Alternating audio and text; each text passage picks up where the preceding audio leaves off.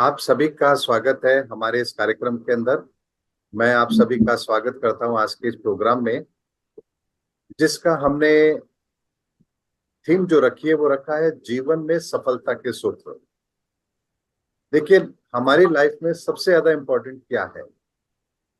हर व्यक्ति अपने जीवन में सफल होना चाहता है। जो भी उसके ड्रीम्स हैं उसको फुलफिल करना चाहता है। उसके लिए वो मेहनत भी करता है, चाहे फिर वो हमारा आर्थिक गोल हो, सामाजिक गोल हो, या किसी भी तरह का कोई गोल हो, कोई ड्रीम हो। हमारा हमारा मेन पर्पस ही रहता है सिर्फ कि हम अपने जीवन के अंदर सफल हो। और वास्तविकता यह है कि हर व्यक्ति की लाइफ के अंदर सफलता के सूत्र भी अलग होते हैं, और उसके जीवन में वो सफलता क्या चाहता है ये भी उसके अलग पैरामीटर होते हैं। लेकिन ऐसा क्या है कि जो एक कॉमन चीज है जो हम सबके जीवन में एप्लीकेबल होती है, और उसी चीज को हम आज यहाँ डिस्कस करेंगे कि कैसे हम अपने जीवन के अंदर वो सफलता के सूत्र ले सकते हैं। हाँ। देखिए, जब हम जीवन के अंदर सफलताओं की बात करते हैं उससे पहले हमें एक बात समझनी पड़ेगी कि हमारा जीवन तीन पार्ट के अंदर हम देखते हैं। इससे बाहर कोई भी बात आती ही नहीं है। या तो आप सुनेंगे हमारा पिछला जन्म ऐसा था, पिछले जन्म के कर्म हमारे ऐसे थे। अरे भाई, ये करो ताकि आपका अगला जन्म सही हो। और वर्तमान का जन्म तो हम जी ही रहे हैं, इसमें तो किसी को कोई संदेह है नहीं। इन्हीं तीन चीजों के पीछे हमारी पूरी जिंदगी है, उसका पूरा ताना बना है। यानी अगर वर्तमान के अंदर कोई तकलीफ है तो हम सोचते हैं शायद हमारे पिछले जन्म का किया हुआ कुछ होगा, या वर्तमान में हम कुछ अच्छा कर रहे हैं तो हमारे मन में धारणा होती है कि चलिए अगला जन्म हमारा अच्छा होगा, हमें मोक्ष की प्राप्ति होगी, हमें स्वर्ग मिलेगा, नर्क मिलेगा, वॉट एवर जो भी आपकी धारणा है। और वर्तमान के अंदर हम जिंदगी जी रहे होते हैं। लेकिन इन तीनों के अंदर सबसे महत्वपूर्ण क्या है? क्या आप पिछले जन्म के अंदर जाकर के कुछ चेंज कर सकते हैं, या आपको अपना अगला जन्म क्या होगा इसकी कोई श्योरिटी है? लेकिन वर्तमान के अंदर जो आपके सामने है वो तो आप लोगों के सामने सच्चाई है जिसे आप झुटला नहीं सकते। तो हमारा पूरा फोकस अपने जीवन के अंदर सफलता पाने के लिए किस पर होना चाहिए? पिछले जन्म की बातों को लेकर हम रिग्रेट करें कि अरे हमने हो सकता है पिछले जन्म में ऐसे पाप किए हो, इसकी वजह से ऐसा हुआ हो, या हम वर्तमान में ऐसा करें जिससे चाहे वर्तमान में हम दुखी होते रहें लेकिन हमारा अगला जन्म सही हो जाए। इसीलिए यहाँ पर हमें पिछले और अगले जन्म को वही छोड़ करके पूरा का पूरा फोकस अपने वर्तमान पर करना पड़ेगा कि वर्तमान जन्म ही हमारा हर चीज को कंट्रोल करता है। जब आपका अगला जन्म होगा तब भी तो आप पिछले जन्म की बात करेंगे, तो पिछला जन्म आपका आज का वर्तमान ही तो होगा। इसीलिए वर्तमान का जो जन्म है यही सबसे महत्वपूर्ण की पॉइंट है हमारे पूरे जीवन के अंदर। इसलिए पिछले जन्मों के अंदर क्या हुआ उसको लेके डरना नहीं, और अगले जन्म को लेकर के सपने देखना नहीं। जो कुछ भी है वर्तमान है। और आप देखिए, एक बहुत बड़ी इंडस्ट्री खड़ी हो जाती है इन्हीं सब चीजों के पीछे। भैया तुम्हारे पिछले जन्म में तो बहुत खोटे कर्म थे आपके, तो अब वो व्यक्ति पूरी जिंदगी इसी उसमें बेचारा डरा रहेगा कि मैंने पिछले जन्म में न जाने ऐसे क्या क्या कर्म किए थे जिसकी वजह से मुझे इस जन्म में तकलीफ मिल रही है। जो हो चुका क्या उसको पिछले जन्म में जाके सुधार सकता है? ऐसा संभव नहीं है। और जहां अगले जन्म की बात आती है तो कहा जाता है आपको हूरें मिलेंगी, अगर आपने जिहाद किया तो आपको ये मिलेगा, अगर आपने ये कर लिया तो आपको ये मिलेगा। एक भी प्रमाण ऐसा नहीं है कि किसी को 70 हूरें मिली हो, 72 हूरें मिली हो, परियां मिली हो। लेकिन हम वर्तमान के अंदर ऐसे सपने देख करके अपने कर्मों को उस दिशा में लेके जाते हैं जहां हम अपना वर्तमान ही खराब करते हैं। इस दुनिया की 90% नहीं बल्कि 99% लड़ाइयां या तो पिछले इतिहास को लेकर के है या भविष्य को लेकर के है, लेकिन वर्तमान को कोई देखना ही नहीं चाहता है। और ये इतनी बड़ी विडंबना है कि जिसको लेकर के हमें समझना पड़ेगा कि कितनी बड़ी चीज हम यहाँ पर अपने जीवन के अंदर सच्चाई से दूर रह करके जी रहे हैं। जहां जो प्रेजेंट में हमारे सामने है, जो सबसे कीमती चीज हमारे सामने है, हम उसको इग्नोर कर रहे हैं। जो हमें मरने के बाद मिलेगा हम उसकी चिंता कर रहे हैं। और जो हमारे जन्म से पहला था उसको हम लेकर के चिंतित हैं। तो यहाँ पर हमें पूरा का पूरा फोकस जो है वो वर्तमान पर करना पड़ेगा। ये जिंदगी की सफलता के सूत्र का पहला अध्याय है। बात करते हैं, जब हम पिछले जन्म की बात करते हैं तो पिछले जन्म की जब बात करते हैं तो वहां पर भी दो थ्योरी हमारे पास निकल करके आती है। या तो हम पुण्य आत्मा है या पाप आत्माएं हैं। यानी हमने पिछले जन्मों के अंदर अच्छे कर्म किए हैं तो हमें पुण्य आत्मा के रूप में पहचान मिल रही है, और यदि हमने कुछ खराब किया तो हमें पाप आत्मा के रूप में पहचान मिल रही है।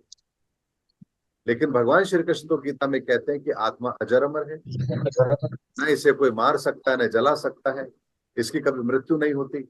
तो पुण्य आत्मा और पाप आत्मा ये दो चीज कैसे हो गई फिर? और पिछले जन्मों का जो भी लेखा जोखा है वो हमारी आत्मा के साथ कैसे जोड़ दिया गया?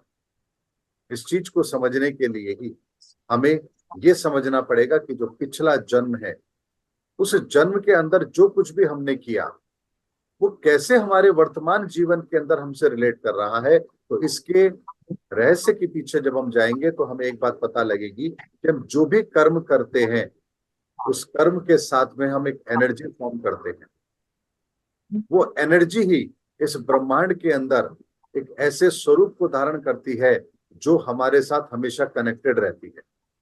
यही एनर्जी हमारी आत्मा के साथ कनेक्ट रहती है, और जितने भी कर्म हम करते हैं उसकी एनर्जी हमारी आत्मा के साथ कनेक्ट होती चली जाती है। अब यदि हमारे नेगेटिव कर्म है तो नेगेटिव एनर्जी हमारी आत्मा के साथ कनेक्ट होगी, और पॉजिटिव कर्म है तो पॉजिटिव एनर्जी हमारी आत्मा के साथ कनेक्ट होगी। तो जहां पॉजिटिव एनर्जी अगर हमारी आत्मा के साथ कनेक्ट है तो हम उसे कहते हैं पुण्य आत्मा। यदि गलत कर्मों की एनर्जी हमारे साथ कनेक्टेड है तो हम कहते हैं उसे पाप आत्मा। जैसे आपका शरीर है, आपके शरीर के ऊपर मैल जमता है, गंदगी जमती है, हम कहीं जा रहे हैं, धूल मिट्टी उड़ रही है, पसीना आ रहा है, आपके चेहरे पर एक लेयर आ जाती है। वो लेयर आपके वास्तविक आभा को ढक देती है। आप कहते हैं मैं गंदा दिख रहा हूं, मैं मैला दिख रहा हूं। वहीं आप अपने आप को वॉश करते हैं, नहाते हैं, बाथ लेते हैं, आपका वही उज्जवल चेहरा वापस से निकल करके सामने आ जाता है। आप देखिए, जब कभी भी आप बाथरूम से नहा करके निकलते हैं तो आपके चेहरे पर एक अलग ही तरह की आभा होती है, क्योंकि अब आपकी त्वचा के ऊपर, आपके शरीर के ऊपर जितने भी तरह के आवरण थे, जितनी भी तरह की गंदगी थी, वो सब साफ हो चुकी है। और थोड़े समय के बाद आप देखेंगे 2-4 घंटे के बाद में वापस से गंदगी आपके शरीर के ऊपर जमना शुरू होती है। इसी तरह से हमारी आत्मा भी एक एनर्जी है, वो एनर्जी भी हमारे कर्मों की एनर्जी के साथ कनेक्ट होती है। इसीलिए जो भी चीज हम अपने जीवन में करते हैं, चाहे वो अच्छा करें या बुरा करें, उससे एक एनर्जी क्रिएट जरूर होगी, और वो एनर्जी ही हमारी आत्मा के ऊपर एक आवरण का काम करती है, और वही आवरण उस आत्मा को पुण्य आत्मा या पाप आत्मा की संज्ञा में लेकर के जाता है। इसीलिए अगर पापात्मा है तो वो व्यक्ति या वो आत्मा उन गलत एनर्जी के संपर्क में रह करके अपने अच्छे स्वरूप को दुनिया के सामने नहीं ला सकती है, और वो व्यक्ति उस गलत एनर्जी के प्रभाव में रह करके हमेशा गलत काम करेगा। इसीलिए हम कहते हैं ये पापी है। व्यक्ति के लिए नहीं कह रहे हैं हम। व्यक्ति सुधर जाता तो हम कहते हैं कितना अच्छा आदमी है, वही व्यक्ति गलत काम करे तो हम कहते हैं कितना गलत आदमी है। आदमी तो एक ही है, कभी अच्छा कभी गलत कैसे हो जाता है? तो यहाँ पर उसके द्वारा किए गए कर्म ही उसको अच्छा और बुरा साबित करते हैं। यानी कि हमारे कर्म, जिस कर्म को हम करते हैं वो एक एनर्जी फॉर्म करते हैं, वही एनर्जी कर्मों के बंधन के रूप में हमारे साथ कनेक्ट होती है, हमारी आत्मा के साथ कनेक्ट होती है, और यही एनर्जी का स्वरूप हमेशा इस आत्मा के साथ रहता है। और इसीलिए गीता के अंदर कहा गया कि आत्मा ना मरती है ना वो नष्ट होती है, क्योंकि ये एनर्जी हमेशा अपने एक फॉर्म में जरूर रहती है। यही आत्मा जब अगला जन्म लेती है तो उसे हम वर्तमान का जन्म कहते हैं, जिसके अंदर हम आज हैं, और आज हम आप लोग आपस में बात कर रहे हैं। वर्तमान के अंदर जब अब ये आत्मा जन्म लेती है तो ये जन्म जो हमें मिलता है, यहाँ भी हमारे साथ में दो परिस्थितियां बनती हैं। जैसे पिछले जन्म में पुण्य आत्मा पापात्मा, इसी तरह से वर्तमान के जन्म के अंदर भी हमारे सामने दो चीजें आती हैं, या तो हम दुखी होते हैं या सुखी होते हैं। इसके अलावा तीसरी स्टेज होती ही नहीं है। तो यहाँ पर भी यदि वर्तमान के अंदर जो आप कर्म कर रहे हैं, अगर अच्छे कर्म है, आपको उससे खुशी मिल रही है, तो उसको कर्मों को करके आप सुख का अनुभव करते हैं, यानी आप सुखी हैं। कुछ कर्म ऐसे हैं जिनको करके आप दुखों की प्राप्ति करते हैं, आप कहते हैं मैं दुखी हूं। इसी तरह से वर्तमान के अंदर भी हमारे कर्मों के दो सिद्धांत हमारे जीवन में लागू होते हैं जो हमें दुखी और सुखी करते हैं। इसीलिए इस जन्म के अंदर भी हर वो कर्म जो आप कर रहे हैं, यदि वो सनातन से जुड़ा हुआ है, धर्म से जुड़ा हुआ है, पवित्रता के साथ जुड़ा हुआ है, पॉजिटिव एनर्जी के साथ जुड़ा हुआ है, तो वो आपकी आत्मा पर चढ़े हुए पाप को भी नष्ट करेगा, वर्तमान के अंदर आपके दुख हैं उनको भी कम करेगा, और आपको सुखी होने का एक रास्ता भी वर्तमान ही देगा। इसीलिए पिछले जन्म को भी सुधारना है तो भी, और प्रेजेंट के जन्म को भी सुधारना है तो भी, हमें हमेशा सकारात्मक ऊर्जा के साथ कनेक्ट रहना पड़ेगा। अच्छे कर्मों पर हमको फोकस करना पड़ेगा, तभी हम इस सारे पापात्मा और पुण्यात्मा के भेद को भी समझ पाएंगे, और वर्तमान के अंदर जो हम दुख और सुख की बात करते हैं इसको भी भली बात समझ पाएंगे। इसीलिए सारी की सारी चीजें कहाँ आके कंसोलिडेट होती है, हमारे कर्मों पर आकर कंसोलिडेट होती है। इसीलिए हमें वर्तमान के अंदर जो कुछ भी हम कर रहे हैं उस पर हमें हमारा पूरा फोकस हमारा होना चाहिए, क्योंकि वही चीज हमारे वर्तमान के अरे अंदर खुशी। दोनों को देने का कारण हमारे लिए बनाए। इसीलिए अब जब यहाँ वर्तमान की बात आती है तो फिर तीसरी स्टेज थी कि हमारा अगला जन्म होगा। तब अगला जन्म होता है तो वहां पर भी एक चीज आती है कि भाई हमें नरक मिलेगा कि स्वर्ग मिलेगा। अगले जन्म की जब हम बात करते हैं, यानी मृत्यु के बाद की जब हम बात करें, तो अक्सर आपने सुना होगा भैया नरक में जाओगे कि स्वर्ग में जाओगे, या अगला जन्म होगा। अगले जन्म के अंदर भी बात वही आती है कि स्वर्ग और नरक की जो परिभाषा हम लेते हैं, यानी यदि हम वर्तमान में भी अगर गलत कर्म कर रहे हैं तो हम नरक की तरफ जाने के लिए प्रेरित हो रहे हैं, और अच्छे कर्म यदि हम कर रहे हैं तो हम स्वर्ग की तरफ जाने के लिए प्रेरित हो रहे हैं। तो यहाँ पर इस पूरे अगर सिनेरियो को आप समझेंगे तो आपके सामने एक बात निकल करके आएगी कि जीवन के अंदर सफलता के सूत्र के लिए सबसे ज्यादा महत्वपूर्ण जो चीज है वो है आपका वर्तमान, आपका वर्तमान समय। यानी केवल और केवल वर्तमान समय के अंदर ही आप कुछ ऐसा कर सकते हैं जो आपके पिछले, अगले और वर्तमान को बेहतर बनाएगा। इसलिए जीवन के अंदर अगर कभी भी कोई कष्ट आपके आ रहा है तो आप सबसे पहले इस चीज को समझिए कि इस कष्ट के आने के पीछे का कारण क्या है। आपने पिछले समय में, पिछले कुछ समय के अंदर ऐसा कौन सा कर्म किया था, या ऐसा कौन सा काम किया था, या ऐसा कौन सा निर्णय आपने लिया था जिसकी वजह से आज वर्तमान के अंदर ये परिस्थिति पैदा हुई है। क्या आपके वो निर्णय सही थे? अगर सही थे तो वर्तमान के अंदर ये परिस्थिति आपके लिए पैदा नहीं होती, और यदि वर्तमान के अंदर आपके लिए परिस्थिति पैदा हुई है तो अपने पिछले कुछ दिनों के कर्मों को चेक कीजिए, वहां आपको जरूर वो सूत्र मिलेगा कि यहाँ हमसे ये गलती हुई थी जिसकी वजह से आज ये परिस्थितियां पैदा हुई है। इसीलिए आपके पास केवल केवल वर्तमान है, और वर्तमान को यदि आपने सुधार लिया तो ये समझ लीजिए कि आपका पिछला जन्म, अगला जन्म और वर्तमान, सुख दुख, स्वर्ग नरक, पुण्यात्माएं पापात्माएं, हर चीज आपके लिए बैलेंस हो जाएगी। इसलिए जीवन में सफलता के सूत्र इतने गंभीर नहीं है जितना हमने इसको बना लिया है, क्योंकि हम या तो भविष्य की बात करेंगे या भूतकाल की बात करेंगे, और वर्तमान की बात कोई करता ही नहीं है कि आज मैं जो कर रहा हूं यही तो मेरा भूत भविष्य वर्तमान तीनों इसी चीज से तो रिलेट करते हैं।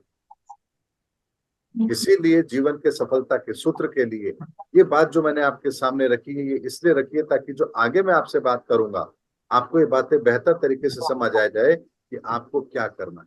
जैसे आज आप लोग मेरे इस प्रोग्राम को देख रहे हैं, अगर आज इस प्रोग्राम को देख रहे हैं तो इस प्रोग्राम के अंदर कुछ बातें ऐसी होंगी जो आपके जीवन पर प्रभाव भी डालेंगी। आप उन चीजों को फॉलो करेंगे तो भविष्य के अंदर आपको उसके एडवांटेज भी मिलेंगे। लेकिन यदि मान लीजिए आप ये निर्णय लेते हैं आज के आज हम इस प्रोग्राम को नहीं देख रहे हैं, तो क्या आज का ये समय जो आपने प्रोग्राम नहीं देखा है, क्या इसकी कोई बात आपके भविष्य पर कोई प्रभाव डाल सकती है? क्योंकि आपने वर्तमान के अंदर आज कोई ऐसा कर्म ही नहीं किया जो इस चीज को आपके जीवन के अंदर भविष्य में एप्लीकेबल कर सके। इसीलिए वर्तमान के अंदर छोटे से छोटा निर्णय भी यदि आप लेते हैं तो बहुत सोच समझ करके लीजिए। ऐसे लीजिए कि जैसे आप अरबों खरबों की दौलत खर्च करके इस निर्णय को लेने जा रहे हैं जो आपके जीवन के अंदर बहुत बड़ा महत्वपूर्ण रोल प्ले करने वाला है। क्या अगर आप करना अपने वर्तमान के समय को इतना कीमती समझ रहे हैं और उसके आधार पर निर्णय ले रहे हैं, तो निश्चित मानिए कि आपका जीवन बहुत ही बहुमूल्य अवश्य होने वाला है। अब बात करते हैं जीवन का सिद्धांत क्या है। जीवन के सिद्धांत की अगर हम बात करें तो यहां पर भी दो चीज निकल करके आती है। एक पर हमने अभी डिस्कशन किया है कि कर्म हमारे, और दूसरा होता है भाग्य। अब कर्म और भाग्य को भी हम अगर यहाँ रिलेट करेंगे तो भाग्य हमारा क्या है, इसे अगर आप देखेंगे तो आपको पिछले जन्म से रिलेट होता हुआ दिखेगा कि भैया बहुत पुण्य कर्म किए थे तो आपको ऐसा भाग्य मिला, या आप भाग्यवान है। वर्तमान के अंदर हमारे पास कर्म है करने के लिए, लेकिन क्या आप जानते हैं कि भाग्य का निर्माण कैसे होता है? आप वर्तमान में जो करेंगे यही तो आपका भाग्य बनाएगा। यानी आप कहते हैं मैंने बहुत बड़ी सेविंग की है, तो आपने सेविंग किया तो कभी ना कभी प्रेजेंट के अंदर आपने कुछ इन्वेस्टमेंट तो किया होगा, तभी आपकी सेविंग हुई होगी। ऐसा तो नहीं हो सकता कि आपने कभी सेविंग की ही नहीं और आपको बहुत बड़ा इन्वेस्टमेंट या आपका एडवांटेज आपको मिला हो। ऐसा नहीं हो सकता। तो इसीलिए भाग्य का निर्माण भी तभी होता है जब वर्तमान के अंदर हम कर्म को बेहतर करते हैं। यानी आपका वर्तमान का कर्म ही आपके भाग्य का निर्माण करेगा, और भाग्य का निर्माण कोई दूसरा कर ही नहीं सकता। इसीलिए जीवन का जो सिद्धांत है उसमें दो ही चीजें काम आती हैं, एक हम कहते हैं भाग्य, दूसरा कहते हैं कर्म। हो सकता है हमारे पास भाग्य की पूंजी ना हो, जरूरी नहीं है कि हमारे पास भाग्य की पूंजी हो। ऐसा हो सकता है, मान लीजिए कि पिछले जन्मों के अंदर हमको कभी कोई ऐसा एडवांटेज नहीं मिला, ऐसा कोई समझाने वाला नहीं मिला, ऐसी कोई परिस्थिति नहीं बनी जिसके द्वारा हम कुछ बेहतर कर पाते, तो हम नहीं कर पाए, कोई बात नहीं, भाग्य का निर्माण नहीं हो पाया। लेकिन वर्तमान का कर्म तो आपका भाग्य का निर्माण कर सकता है। तो यहाँ हम क्या वर्तमान के कर्म को भी भाग्य के निर्माता के रूप में देखते हैं? अगर हम वर्तमान के कर्म को भाग्य निर्माता के रूप में देखते हैं तो हमें जीवन के सिद्धांत का एक सूत्र जरूर मिलेगा कि हम यदि वर्तमान के कर्म को भी ऐसे कर रहे हैं जैसे हम अपने भाग्य का निर्माण कर रहे हैं, तो यकीन मानिए जीवन के सिद्धांत आपके लिए बहुत ही सहज होंगे। आपका वर्तमान भी सुधरेगा और आपका भविष्य भी सुधरेगा। और जो हमारा पिछला था उसका जो नेगेटिव परिणाम आपको मिल रहा है, निस्संदेह उसके अंदर भी कमी जरूर आएगी। कैसे आएगी? क्योंकि आपकी आत्मा के ऊपर मोबाइल देखने के लिए तो पाप मैंने। का आवरण है। ये पाप का हाँ, आवरण भी धीरे धीरे कम अवश्य होगा, इतना आप जरूर चले, समझ। बदतमीज इसीलिए लड़कियां। हम कहते हैं कि वर्तमान के अंदर यदि आप अच्छे कर्म करेंगे तो यहाँ पर आपको बेहतर रिजल्ट जरूर मिले। अब हम आगे चलते हैं। अब इन सब बातों को समझने के बाद में आपके सामने एक बात आती है कि वर्तमान ही सर्वोपरि है। वर्तमान से अधिक कीमती ना कुछ था, ना कुछ है, और ना कुछ होगा। अब ऐसे समझिए, वर्तमान के अंदर इलेक्शन चल रहे हैं, तो सबसे ज्यादा महत्वपूर्ण क्या है इस समय पर? मोदी जी ने 10 साल क्या किया, ये महत्वपूर्ण है? या मोदी जी 5 साल क्या करेंगे, ये महत्वपूर्ण है? अगले 5 साल वो क्या करेंगे? वर्तमान के अंदर इलेक्शन जीतेंगे तो ही उनको अगले 5 साल कुछ करने का मौका मिलेगा। वर्तमान का इलेक्शन जीतेंगे यही तय करेगा कि पिछले 10 साल में उन्होंने क्या किया है। इसीलिए उनके पास में केवल और केवल वर्तमान का ही समय है। ये वर्तमान का समय ही ये तय करेगा कि वो अगले 5 साल भारत के प्रधानमंत्री रहेंगे या नहीं रहेंगे। ये वर्तमान ही तय करेगा कि पिछले 10 साल के कार्यकाल को उनकी जनता ने कैसे लिया है। अगर जनता उनके कार्यकाल को सही मान रही है तो अगले 5 साल उनको मौका देगी, और अगर जनता उनके कार्यकाल को, उनके काम को अच्छा नहीं मान रही है, बहुमत यदि उनके पक्ष में नहीं है, ज्यादातर लोग उनके काम को अच्छा नहीं मान रहे हैं, तो जनता उन्हें आगे मौका नहीं देगी। इसीलिए उनके लिए सबसे ज्यादा महत्वपूर्ण क्या है? वर्तमान। इसीलिए वर्तमान के अंदर ही जो कुछ हमारे सामने है, हमें पूरी की पूरी ताकत लगा करके केवल और केवल उसको मैनेज करना चाहिए। भविष्य हमारा वर्तमान से ही बनेगा, ये बात निश्चित है, और इस बात को हमें बहुत बेहतर तरीके से समझना चाहिए। अब बात करते हैं हम इस दुनिया के अंदर जो कुछ भी हो रहा है, जो परिस्थिति भी हमारे सामने है, हम इसको कैसे मैनेज करें। कहना बहुत आसान होता है, अच्छे कर्म करो, अच्छी जिंदगी जियो, किसी से भेदभाव मत रखो। कहना बहुत आसान होता है, लेकिन आप ही के घर के अंदर कुछ लोग ऐसे भी होंगे जो बात बात पे आपको टॉर्चर करते होंगे। तो क्या वो परिस्थितियां आपके लिए इतनी सहज है? आपके घर के अंदर आपकी संतानों को लेकर के आपके जीवन में बहुत बड़ी परेशानी हो सकती है। तो क्या शब्दों के माध्यम से आपकी परेशानी को कम किया जा सकता है? आप वर्तमान की जो समस्या आप लोगों के अपने अपने जीवन के अंदर है, किसी के स्वास्थ्य को लेकर के हो सकती है, किसी के धन को लेकर के हो सकती है, किसी की सामाजिक प्रतिष्ठा को लेकर हो सकती है, किसी की नौकरी को लेकर हो सकती है, किसी के वैवाहिक जीवन को लेकर हो सकती है। हर तरह की परिस्थितियां आपके जीवन के अंदर अलग अलग होंगी।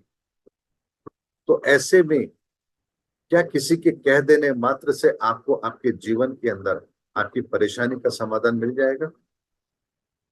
किसी को समस्या का समाधान देना बहुत आसान है, लेकिन उस समाधान को अपने जीवन में अप्लाई करना बहुत मुश्किल है, बहुत मुश्किल है।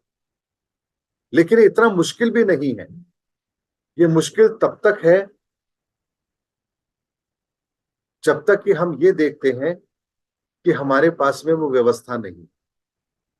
जैसे मान लीजिए आपको जापानी लैंग्वेज नहीं आती। अब जापानीज लैंग्वेज नहीं आ रही है तो आपके लिए कितनी बड़ी समस्या है उस भाषा के अंदर अगर कोई आपसे कम्युनिकेट कर रहा है तो। आपको खाना बनाना नहीं आता, लेकिन आपको खाना बनाने के लिए कह दिया जाए तो आपके लिए कितनी बड़ी मुसीबत है। आपको कार चलाने नहीं आती, लेकिन आपको कार की चाबी दे दी जाए और कहा जाए कि चलाइए। यानी कि हमारे लिए प्रॉब्लम क्या है?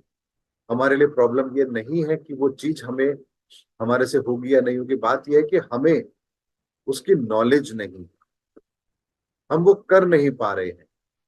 हमारे पास में वो नॉलेज नहीं है जिसकी वजह से उस काम को किया जाता है। तो यहाँ पर हमारे जीवन के अंदर भी जो समस्याएं हैं, वो समस्याएं हमारे जीवन से कैसे दूर हो, इसका कोई रोड मैप हमारे पास नहीं है। कोई ऐसी व्यवस्था हमारे पास नहीं है जिसके द्वारा हम इन परिस्थितियों को मैनेज कर पाए। तो आज के इस प्रोग्राम के अंदर मैं भी आपको वही चीज बता रहा हूं जिससे आप खुद बहुत आसानी से अपने जीवन की समस्याओं को बहुत बेहतर तरीके से मैनेज कर पाएंगे।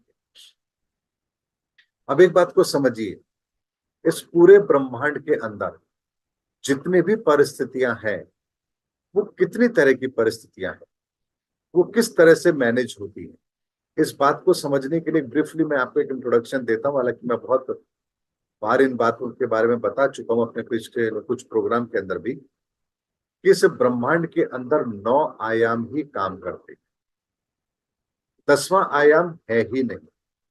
इन 9 आयामों के अंदर भी 7 तरह की एनर्जी काम करती है। 7 तरह की एनर्जी काम करती है। इसीलिए आप देखिए हमारे कैलेंडर के अंदर हफ्ते के अंदर 7 दिन रखे गए, क्योंकि इसके अलावा कोई एनर्जी है ही नहीं जो आपको किसी भी तरह का कोई अलग परिणाम देगी। आपके शरीर के अंदर भी 7 ऊर्जा चक्र होते हैं, ये बात भी आप बहुत अच्छी तरह से जानते हैं। तो हमारे जीवन के अंदर जो मैंने आपसे बताया कि 9 आयाम होते हैं और उस 9 आयाम के अंदर 7 एनर्जीज होती है जो काम करती है। कैलेंडर में 7 जो वीक्स के डेज हम देखते हैं वो भी उसी का एक रूप है। 7 ओशियन आपने सुना होगा, रेनबो में 7 कलर्स, संगीत के 7 सुर, और हमारे शरीर के अंदर 7 ऊर्जा चक्र।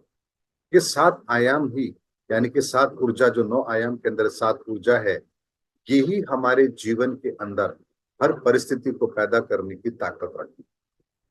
लेकिन इन 9 आयामों की जब हम बात करते हैं तो इनको व्यवस्थित कैसे किया जाए, इसी के लिए एक छोटा सा ब्रीफ इंट्रोडक्शन मैं आपको देता हूं। जैसे 1 नंबर का आयाम होता है, वो होता है आपकी आत्मा।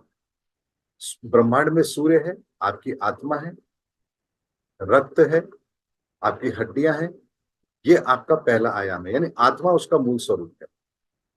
दूसरे की बात करें वो हमारा मन है। तीसरे की हम बात करें वो हमारी शरीर है। चौथा हमारी बुद्धि, पांचवा हमारा ज्ञान, छठे हमारा वैभव, सातवां हमारी न्यायप्रियता यानी कि हमारे लिए जो न्यायिक व्यवस्था होती है, क्या चीज हमें मिलनी चाहिए, हमारे कर्मों का सिद्धांत। आठवां, जो इन सब चीजों के आपने जितने भी कर्म किए हैं उसको कंसोलिडेट करके आपके लिए एक व्यवस्था बनाता है, कर्मों की गठरी बनाता है। और नवा जो होता है वो मुक्ति का मार्ग होता है, जो आपके इन 8 ऊर्जाओं के अंदर, 8 आयामों के अंदर, 7 ऊर्जाओं को लेकर के जो कुछ आपने किया है उसका एक डिस्ट्रीब्यूशन कह लीजिए, या उसकी व्यवस्था की इसके आधार पर आपके लिए तय होगा कि अब आपको आगे जीवन में क्या मिलने वाला। तो जब भगवान श्री कृष्ण गीता के अंदर कहते हैं कि हे अर्जुन तू तत्व से मुझे जान, तो यहां पर एक बात को आपको समझनी पड़ेगी कि भगवान और हम आम इंसान के अंदर एक क्या फर्क है। हम इन 9 आयामों को अव्यवस्थित रखते हैं, इसीलिए हम मनुष्य हैं, और भगवान इन 9 आयामों को बेहतर ढंग से व्यवस्थित रखते हैं, इसीलिए वो भगवान है। इसीलिए 9 का अंग पूर्णांक होता है। अब यहाँ जो आपके सामने एक फिगर दिया हुआ है, 1 और 8, 2 और 7, 3 और 6, 4 और 5 और एक 9, 9 पूर्णांक है, 9 मुक्ति का मार्ग है, 9 केतु को रिप्रेजेंट करता है। लेकिन एक हमारी आत्मा है और 8 राहु को रिप्रेजेंट करता है, यानी आपके कर्मों की गठरी। तो आपके कर्मों की गठरी जो आपके साथ आई है उसको केवल और केवल आप इस ब्रह्मांड के पहले एनर्जी के साथ यानी ईश्वर के साथ कनेक्ट करके ही इसको खत्म कर सकते हैं। इसीलिए आपके जीवन के अंदर ईश्वर का साथ होना बहुत आवश्यक है। ईश्वर हमारे साथ जीवन में कैसे जुड़े हुए हैं, कैसे काम करते हैं, क्या सनातन है, हमारे लिए धर्म क्यों जरूरी है, ये सारी बातें जब आप समझेंगे तो आप ये समझ पाएंगे कि आप अपने जीवन के अंदर किस तरीके से आप अपने कर्मों की गठरी को व्यवस्थित कर पाएंगे। तो यहाँ कर्मों की गठरी को व्यवस्थित करने के लिए आपके पास केवल और केवल एक ही विकल्प है, और वो है परमात्मा की भक्ति, परमात्मा का ज्ञान, आध्यात्म। इसके अलावा कोई दूसरा मार्ग है ही नहीं। 2 नंबर आता है आपका मन। मन यानी आपके विचार, आपका मन, आपकी सोच। और 7 नंबर क्या है? 7 नंबर है शनि का है। शनि यानी, या न्यूमरोलॉजी को मत समझिएगा आप, 7 नंबर यहाँ मतलब मैं ब्रह्मांड के 7वें आयाम की बात कर रहा हूं। तो न्यायिक व्यवस्था, डिस्ट्रीब्यूशन, दूसरों को उनका हक देना। जैसे कहते हैं ना, कानूनी व्यवस्था अगर ना हो तो कोई किसी के साथ भी कुछ भी कर देगा, कोई बोलने वाला सुनने वाला तो है नहीं। लेकिन एक न्यायिक व्यवस्था है, इसीलिए आपको पता है कि मैं अगर किसी को थप्पड़ मारूंगा तो कोर्ट में चला गया तो मेरे खिलाफ क्या होगा, मैंने अगर किसी का अगर धन हड़प लिया वो कोर्ट में चला गया तो मेरे साथ क्या होगा। आप जानते कि कानूनी व्यवस्था आपके लिए काम कर रही है। तो यहाँ आपका मन अगर अशांत है तो मन अशांत तभी होगा जब या तो किसी ने आपके साथ गलत किया है या आपने किसी के साथ गलत किया है। दोनों सूरत में ही मन आपका अशांत होगा। यानी जहां भी न्यायिक व्यवस्था खंडित होगी वहां आपका मन दूषित या परेशान जरूर होगा। इसीलिए हमारे सेकंड एलिमेंट को ठीक करने के लिए हम अपने हर चीज को व्यवस्थित करें। हमारा हक जो है वो हम बेवजह किसी को ना दें, और किसी दूसरे का हक भी बेवजह हम ना लें। इस चीज को हमें समझना पड़ेगा। यानी बच्चों का जो अधिकार है वो बच्चों को देना है, अपने माता पिता के जो अधिकार है उनको देना चाहिए। ये नहीं कि हम बच्चों पर भी शासन करें और अपने माँ बाप को भी अपने कठपुतली बनाकर रखें, क्योंकि अब तो हम जवान हैं, बच्चे हम पर डिपेंड है, माँ बाप हम पर डिपेंड है, तो फिर अब हम जैसा चाहेंगे वैसा ही होना चाहिए। तो यहाँ आप अपने 7th एलिमेंट को खराब करेंगे, और जिसका असर ये होगा कि आपका मन अशांत रहेगा, दुखी रहेगा, आपके घर में कलेश जरूर रहेगा। तो आपके घर के कलेश का मुख्य कारण यही है कि आप अपने घर के व्यवस्थाओं को जो लोगों के बीच में है उसके साथ आप न्याय नहीं कर रहे। तो यहाँ घर की शांति का मुख्य कारण भी यही है कि अगर आप अपने घर के सदस्यों के साथ न्याय कर रहे हैं तो आपके घर में अशांति हो नहीं सकती। और अगर अशांति है तो आपको ये समझना पड़ेगा कि आप घर के अंदर किसी न किसी चीज को लेकर के कोई ना कोई न्यायिक प्रणाली को फॉलो नहीं कर रहे। ऐसे में आपको वो चीज को समझना पड़ेगा। कई बार स्थिति ऐसी होती कि आप तो ये चीज समझ रहे हैं, लेकिन घर का कोई सदस्य है जो इन चीजों को समझ ही नहीं रहा है, वो स्वयं को अपने आप को ही सही मान करके चल रहा है। तो ऐसे हालातों के अंदर आपको क्या करना है, आपको अपने तरफ से कोई भी ऐसी अव्यवस्था नहीं करनी है जिसकी वजह से आपका मन अशांत। अब यहाँ आप अपने मन की शांति की बात करेंगे, ना कि पूरे परिवार के मन की शांति की बात करेंगे। क्योंकि आपका मन अगर शांत होगा तो आप कभी भी गलत करेंगे नहीं, और जिनका मन अशांत है वो गलती करेंगे, और गलती करेंगे तो उनको उनका परिणाम भुगतने को जरूर मिलेगा। इसीलिए उनके दो एलिमेंट डिस्टर्ब होंगे, 2 नंबर का एलिमेंट भी डिस्टर्ब होगा और 7 नंबर का भी डिस्टर्ब होगा। और ये इसी तरह से व्यवस्थित हो सकता है, इसका कोई दूसरा विकल्प नहीं है। क्योंकि 7 और 2 9 होते हैं, यानी 9 एक ऐसा साइन है जो ये बताता है कि आपके कौन से आयाम के साथ कौन सी व्यवस्था अगर मैनेज होगी तो आपके लिए सारी चीजें ठीक है। नंबर 3 आता है हमारा शरीर, और नंबर 6 होता है शुक्र का, यानी कि आपके संसाधन। आपका शरीर और आपकी संसाधन, इन दोनों के बीच में भी एक बेहतर तालमेल होना जरूरी है। जो आपके शरीर के लिए आवश्यक है वो आपको ध्यान होना चाहिए, और आप अपने संसाधनों को व्यवस्थित रख पाए ये भी आपको पता होना चाहिए। ऐसा नहीं है कि आप अपने संसाधनों का दुरुपयोग करें या आप अपने शरीर का दुरुपयोग करें, ये दोनों चीजें गलत है। यहाँ 2 आयाम यदि डिस्टर्ब होंगे तो हर चीज डिस्टर्ब होगी। इसको ऐसे समझिए, अगर मान लीजिए आप शरीर से दुखी हैं तो क्या आपको दूसरी चीजें पसंद आएंगी? मान लीजिए आपके पेट में दर्द है और मैं कहूँ आइए 56 भोग खा लीजिए, आप खा पाएंगे? आपको बुखार है और मैं कहूँ आइए चलिए घूम करके आते हैं, क्या आप चल पाएंगे? आपके पाँव में दर्द है और मैं कहता हूँ चलिए हम हिमालय चल के आते हैं, स्विट्जरलैंड घूम के आते हैं, आप जा पाएंगे? आप कहेंगे मैं शरीर से दुखी हूँ। तो शरीर अगर आपका स्वस्थ नहीं है तो इस संसार का कोई भी संसाधन उसका बेहतर प्रयोग आप कर ही नहीं सकते। इसीलिए अपने शरीर के साथ भी न्याय कीजिए, उसके लिए क्या आवश्यक है, क्या व्यवस्थाएं जरूरी हैं, उसका आप ध्यान रखिए। यानी शरीर जो होता है हमारा इस ब्रह्मांड का तीसरा आयाम है, तीसरी तरह की एनर्जी है। ये और आपके संसाधन ये दोनों व्यवस्थित होंगे तो आपका ये आयाम 2 आयाम भी आपके बैलेंस होंगे, और 3 और 6 मिलकर होते हैं 9। यानी कि अब आपने अपने जीवन के 2 आयामों को भी ठीक कर दिया। चौथा होता है हमारी बुद्धि और पांचवा होता है हमारा ज्ञान। ज्ञान का इस्तेमाल भी आप कभी बिना बुद्धि के ना करें, और बुद्धि का इस्तेमाल भी आप कभी बिना ज्ञान के ना करें। इस बात का ध्यान रखिए। बहुत से लोग हैं जो परमात्मा पर विश्वास करते हैं, लेकिन जब परमात्मा पर विश्वास करते हैं तो अपनी बुद्धि को साइड में रख देते हैं।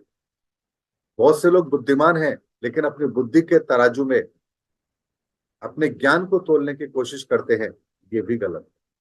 तो बुद्धि और ज्ञान इन दोनों का संयुक्त समावेश ही आपको इन दोनों आयामों को ठीक करने की व्यवस्था देगा। जैसे जो ज्ञान आपने हासिल किया है, आपकी बुद्धि आपको ये बताएगी कि इस ज्ञान का प्रयोग आपको कहाँ और कैसे करना है। इसी तरह से हमारे इस ब्रह्मांड की 9 आयामों को, इन 7 ऊर्जाओं को जब हम व्यवस्थित करेंगे तभी हम इन चीजों को बेहतर कर पाएंगे और अपने जीवन के अंदर सफलता के वो सूत्रों को समझ पाएंगे। इसलिए अपने कर्मों की गठरी को हल्का करना है तो परमात्मा की शरण में आपको रहना पड़ेगा। अगर आपके अपने मन को शांत रखना है तो आपको दूसरों के साथ न्याय करना पड़ेगा। आप अपने संसाधनों को व्यवस्थित करेंगे, संसाधनों के प्रति ज्यादा आसक्त नहीं रहेंगे, तभी आपका ये शरीर भी आपके साथ न्याय करेगा। और आपकी बुद्धि आपको सही रास्ते पर तभी लेकर जाएगी जब आप ज्ञान का सहारा लेंगे, और आपका ज्ञान भी आपको तभी मंजिल पर पहुंचाएगा जब आप उसके अंदर बुद्धि का सहारा लेंगे। और नवा तत्व तो पूर्ण है ही, वहां किसी की कोई नहीं चलती, और ये तत्व केतु का है। अर्थात अब जो आपने बाकी के 8 आयामों के अंदर 7 ऊर्जाओं का जो लेखा जोखा तय किया है, अब केतु रूपी यह फल यानी मोक्ष आपको मिलेगा। यानी कि आपके कर्मों की गठरी अब ये तय करेगी कि आपको अगली किस योनि में जाना है। उस योनि में जाकर के आप कौन से कर्म करेंगे, तो कौन से कर्म होंगे जो आपके लिए पाप पुण्य ये परिभाषा तय करेंगे, या स्वर्ग नरक का रास्ता तय करेंगे। इसीलिए साइंटिफिक तरीके से इन चीजों को समझिए। मोटिवेशनल चीजें बहुत हो गई, आप सुनते आ रहे हैं, सैकड़ों साल हो गए हैं, हजारों लाखों लोग रोज सत्संग में जा रहे हैं, लेकिन मुझे बताइए उसके बाद भी उनके जीवन में क्या परिवर्तन आ रहा है?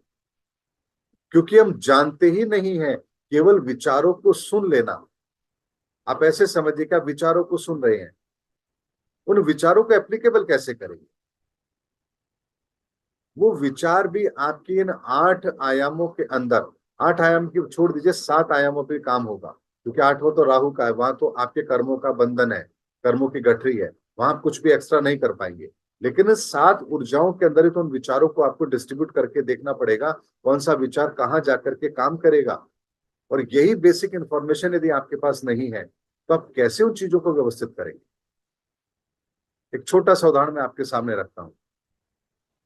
अगर आपका भाई आपके साथ कुछ गलत कर रहा है, आप क्या उसके साथ में करेंगे? इसका उत्तर आपको कहां मिलेगा? अब यहां पर एक बात को आपको समझनी पड़ेगी। यहां हमारे सामने 2 उदाहरण हैं। एक है रामायण, एक है महाभारत। यानी रामायण के अंदर हमको ये उदाहरण देखने को मिलता है कि भगवान राम जैसा यदि हमारा भाई है, तो हमें लक्ष्मण जैसा व्यवहार करना है।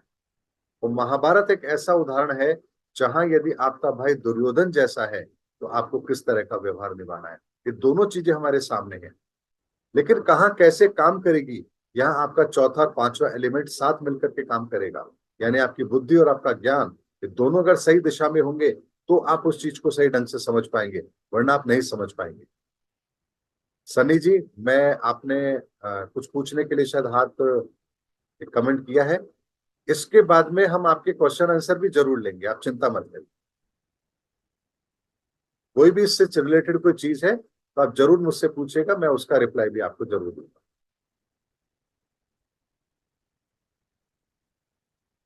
अब बात आती है कि इन सब चीजों को हमने समझ लिया, अब बात आती है कि हम इसको चीजों को मैनेज कैसे करें। तो यहाँ एक बात को आपको समझना पड़ेगा कि सुबह से लेकर शाम तक का हम ऐसे एक मैनेजमेंट रखें, ताकि हम अपने जीवन के अंदर हर चीज को बेहतर ढंग से व्यवस्थित कर पाए। तो सुबह से शाम तक ही हमारे पास में एक वक्त होता है जिसके अंदर हम अपने पूरी दिनचर्या को व्यवस्थित कर सकते हैं। तो सुबह का उठना, ये भी आपके जीवन के अंदर इन आयामों को व्यवस्थित करने के अंदर बहुत बड़ा महत्वपूर्ण रोल प्ले करता है। आपका सुबह उठना एटलीस्ट ये मान के चलिए 4 से 5 बजे के बीच में, अगर बहुत लेट सोए हैं तो आप 6 हो सकता है, लेकिन सूर्योदय से पहले पहले आपका उठ जाना ये आवश्यक होना चाहिए। यहाँ आप अपने ब्रह्मांड के इस तीसरे आयाम को आप बैलेंस करें। सुबह उठने के बाद नहा धो करके फिर थोड़ा सा पूजा पाठ को अपने जीवन में, ध्यान प्राणायाम, इनको अपने जीवन में शामिल करिए। यहाँ पर आप अपने जीवन के अंदर तीसरे और दूसरे आयाम को आप व्यवस्थित करेंगे। उसके बाद एक अल्प भोजन या शुद्ध भोजन, ये भी आपके जीवन के अंदर बहुत बड़ा रोल प्ले करेगा। उसके बाद आपका जो जीवनचर्या है, जो आप बिजनेस करते हैं, नौकरी करते हैं, या आप घर के अंदर गृहिणी हैं या बच्चे हैं पढ़ाई कर रहे हैं, यहाँ पर आप अपना टाइम मैनेजमेंट करेंगे कि आपको वर्तमान के अंदर कितना समय किस चीज पर देना है, क्योंकि वो सबसे महत्वपूर्ण समय आपके लिए। मैक्सिमम टाइम व्यक्ति वही देता है जो उसके लिए वर्तमान में महत्वपूर्ण होता है। जैसे गृहिणियां जितनी भी हैं, वो अपना पूरा का पूरा समय जो देती हैं, वो परिवार के अंदर देती हैं। तो सुबह से लेकर शाम तक का उनका अपने परिवार में दिया जाने वाला समय ही वही उसका मैनेजमेंट कहलाएगा। बच्चों का स्टडी, बिजनेसमैन जो है उनके लिए व्यापार, और जो नौकरी करते हैं उनके लिए ऑफिस टाइमिंग, यही सबसे महत्वपूर्ण है। जो आप प्रातः उठने के बाद, नहाने के बाद, थोड़ी पूजा पाठ करने के बाद में आप उसको व्यवस्थित करेंगे। शाम तक का ये जो समय है, अब यहाँ पर आपको एक बात समझना है कि जो समय आज आपको मिल रहा है, इसका आप मैक्सिमम यूटिलाइजेशन कीजिए। ये नहीं रोज ही तो ये काम करना पड़ता है, आज मन मार के कर लेते हैं। भाई रोज अगर आप मन मार के काम करेंगे, तो रोज आप जो काम कर रहे हैं उसके साथ मन को मारकर जो आप काम कर रहे हैं, वही एनर्जी आपके उस काम के साथ कनेक्ट हो रही है, और उसी तरह के परिणाम आपको मिलेंगे। और इस चीज को आप बेहतर ढंग से समझिए। आपके द्वारा किए गए काम से एनर्जी क्रिएट होती है जो आपके उस काम के परिणाम को भी प्रभावित जरूर करती है। इस बात को प्रैक्टिकली अगर आप समझना चाहते हैं तो ऐसे समझिए कि जब आप भोजन बनाते हैं, माताएं बहनें हमारी, आप मन के अंदर शुद्ध भाव रखिए, बड़े अच्छे से भगवान का सुमरण करते हुए आप भोजन बनाइए। आप देखिए आपके भोजन के अंदर स्वाद कहाँ से बढ़ जाएगा, आपको पता भी नहीं लगेगा। बच्चे जो पढ़ाई कर रहे हैं, अपने मन को शुद्ध भाव रख करके, माँ सरस्वती का आह्वान करके फिर आप पढ़ाई करने बैठिए। आप देखिए कैसे आप आसानी से उस चीजों को याद कर पा रहे हैं, पढ़ाई को मैनेज कर पा रहे हैं। आप व्यापार कर रहे हैं, व्यापार के अंदर जब आप बैठे हैं, परमात्मा को प्रणाम करके आज का कार्य, आज का जो दिन है, परमात्मा को समर्पित कीजिए। फिर आप अपनी जगह पर बैठिए। आप देखिए आपके व्यापार में बरकत कैसे होती है। आप नौकरी कर रहे हैं, आप अपनी जगह पर बैठे हैं, हाथ जोड़ करके भगवान से प्रार्थना कीजिए कि आज जो मैं कर्म कर रहा हूँ, इसका परिणाम मुझे भी प्राप्त हो, श्रेष्ठ परिणाम प्राप्त हो, और जिनके लिए मैं कर रहा हूं उनको भी उसका श्रेष्ठ परिणाम प्राप्त हो। ऐसी प्रार्थना करके अपने अब कार्य, कोई कर्म, कोई पूजा मान करके कीजिए। फिर देखिए प्रमोशन हो चाहे कुछ भी हो, कैसे नहीं आपको टाइम पर मिलता, क्योंकि आपने हर कर्म को करते समय एक ऐसी एनर्जी को क्रिएट किया है जो ब्रह्मांड से उसी एनर्जी को आपकी तरफ लेकर के आएगी। ऐसा हो ही नहीं सकता कि आपको रिजल्ट ना मिले। इसीलिए प्रातः से साय तक के काम को मैनेजमेंट कैसे, उसका मैनेजमेंट कैसे काम करेगा, इस चीज को समझिए। आप जो भी कुछ कर रहे हैं उसके साथ में एक आप एनर्जी को क्रिएट कर रहे हैं। इस एनर्जी के क्रिएशन को समझिए कि आप कौन सी एनर्जी क्रिएट कर रहे हैं। अब जैसे मैं कुछ बोल रहा हूं तो यहां से भी शब्द निकल रहे हैं कि एनर्जी क्रिएट हो रही है। लेकिन अगर मान लीजिए मैं कुछ ऐसी एनर्जी क्रिएट करता हूं, ऊंची आवाज में बात करता हूं, अब शब्दों का प्रयोग करता हूं, तो वही शब्द, वही एनर्जी आपके ऊपर कितना गलत प्रभाव डालेगी। यही तो आपको समझना है कि आप जो काम करते हैं उसके पीछे एक एनर्जी क्रिएट होती है। वो एनर्जी ही आपके लिए ब्रह्मांड से उस तरह के परिणामों को अपनी तरफ अट्रैक्ट करती है, और वही परिणाम आपको प्राप्त होते हैं।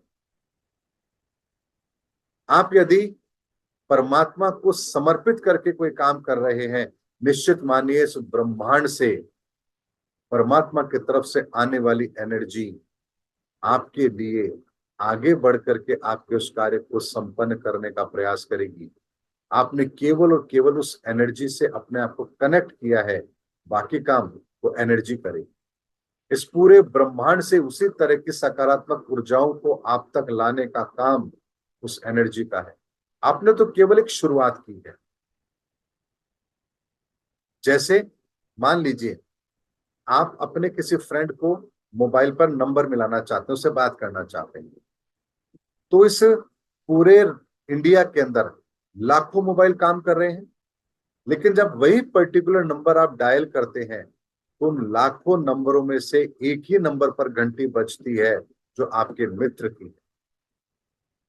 इसी तरह से ब्रह्मांड के अंदर असंख्य ऊर्जाएं आपस में टकरा रही हैं, काम कर रही हैं।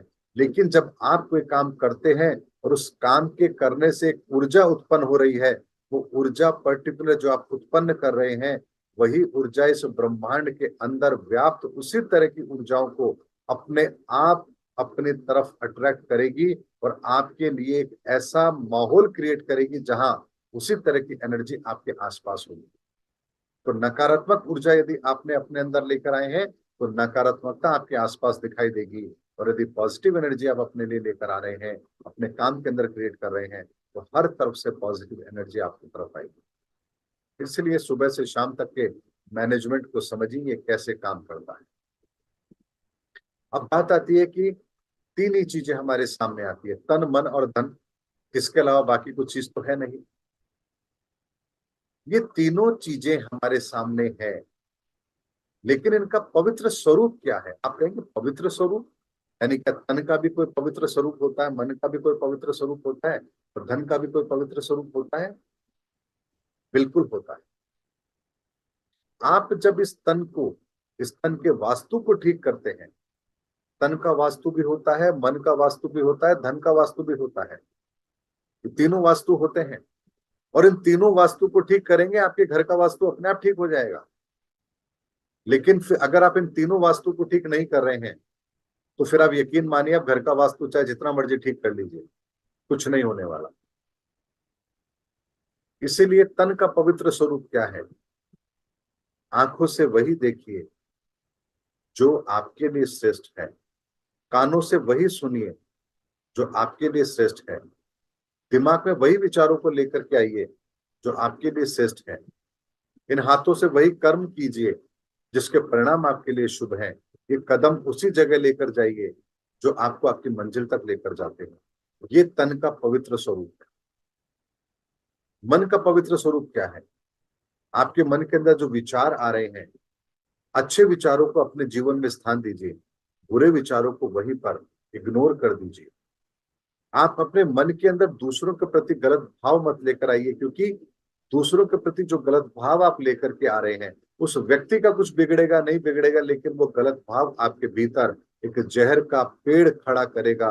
वो जहर धीरे धीरे आपको ही दूषित करना शुरू कर देगा। इसीलिए किसी के प्रति गलत भाव उस व्यक्ति का तिनके के बराबर भी नुकसान नहीं करेगा, लेकिन आपके हरे भरे जीवन को वो खत्म कर देगा। इसीलिए अपने मन को भी पवित्र स्वरूप के रूप में उसको आप स्थान दीजिए।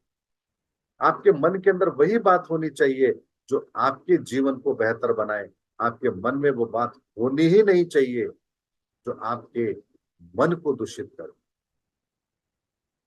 आप किसी के लिए द्वेष पाल करके बैठे हैं, किसी के प्रति घृणा है, किसी के प्रति नफरत है, और आप वो पाल कर बैठे हैं। अब जब भी आप फ्री होंगे, आपके मन के अंदर उसी तरह के विचार चलेंगे। आप उस आदमी के प्रति वैसी बातें सोचना शुरू करेंगे। इसीलिए अपने मन के अंदर उन विचारों को स्थान दीजिए जो आपके लिए श्रेष्ठ है। आप इग्नोर कर दीजिए। अगर कोई व्यक्ति आपके साथ गलत कर रहा है, आप उसको इग्नोर कर दीजिए। जहां जहां आपकी उसके साथ जरूरतें हैं, आप उन जरूरतों को समाप्त कर लीजिए, ताकि आप उस व्यक्ति के बिना भी अपने रोज की जिंदगी को बेहतर ढंग से चला पाए। आप अपनी व्यवस्थाओं को उस तरह से कर लीजिए, अगर आपके लिए वो संभव नहीं है किसी भी तरह से उससे दूर होना तो। लेकिन यहाँ आप कोशिश जरूर कीजिए कि आपके मन के अंदर किसी भी तरह की अपवित्र भावना ना आए, क्योंकि आपका मन यदि दूषित हो गया तो आपका कर्म दूषित हो जाएगा, और आपका कर्म दूषित हो गया तो आपकी जिंदगी खराब हो जाएगी।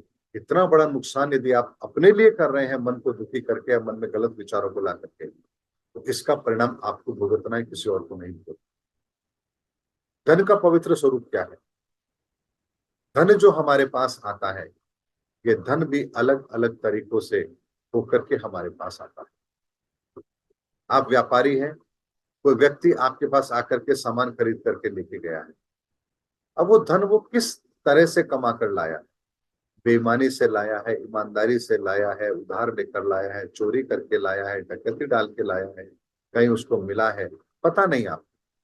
आपने तो धन लिया और उसको सामान दे दिया, लेकिन जो धन वो दे करके गया है उसके साथ भी एनर्जी जुड़ी हुई। वो धन आपके पास आया है, अलग स्वरूप में आया है। इसीलिए अपने रोज के धन को हाथ जोड़ करके ईश्वर को समर्पित कीजिए कि आज जो धन मैंने कमाया है, ये धन मैं आपको समर्पित करता हूं। अब आप अपने हाथों से मुझे पुनः लौटाइए। अब यहाँ वो धन जो आपके पास आपने मन में धारणा की है, अब सारी की सारी उस धन से संबंधित एनर्जी परमात्मा को समर्पित हो गई। अब परमात्मा से आपने उस धन को वापस लिया है। अब आपका यहाँ धन शुद्ध हो गया।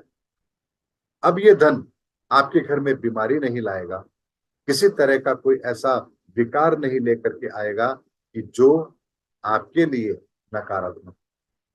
क्योंकि जो आपको धन दे रहा है वो कहां से लाया, किस तरह से लाया, आप नहीं जानते। आप कहेंगे मैं कोई अनोखी बात कर रहा हूं, तो आप ये बात समझिए। मान लीजिए आप जौहरी हैं, कोई व्यक्ति सोने का गहना लाया आपके पास बेचने के लिए, आपने लिया, देखा शुद्ध है, आपने उसको पैसे दे दिए। अब मान लीजिए वो चोरी का गहना है, पुलिस वाले आते हैं आपकी दुकान पर और कहते हैं ये गहना आपने खरीदा है? आप कहते हैं हाँ खरीदा है, ये चोरी का है।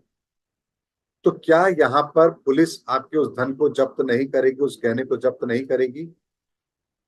क्या आप ये कह सकते हैं मैंने तो पैसे देके लिया है, मेरा क्या दोष है?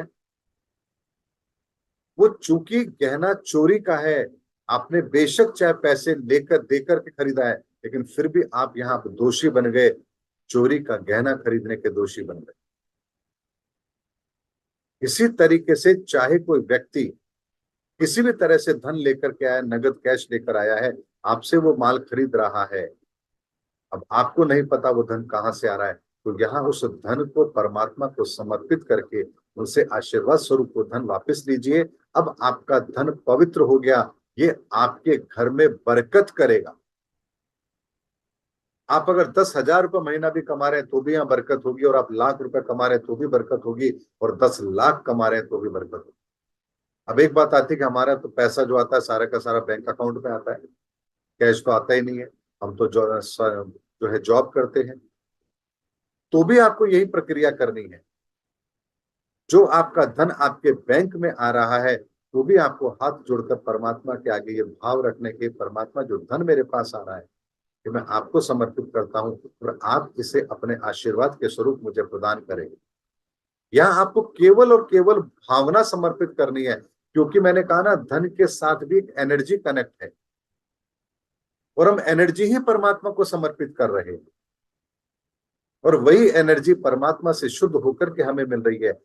ये वो बातें हैं जो सनातन के साथ जुड़ी हुई हैं।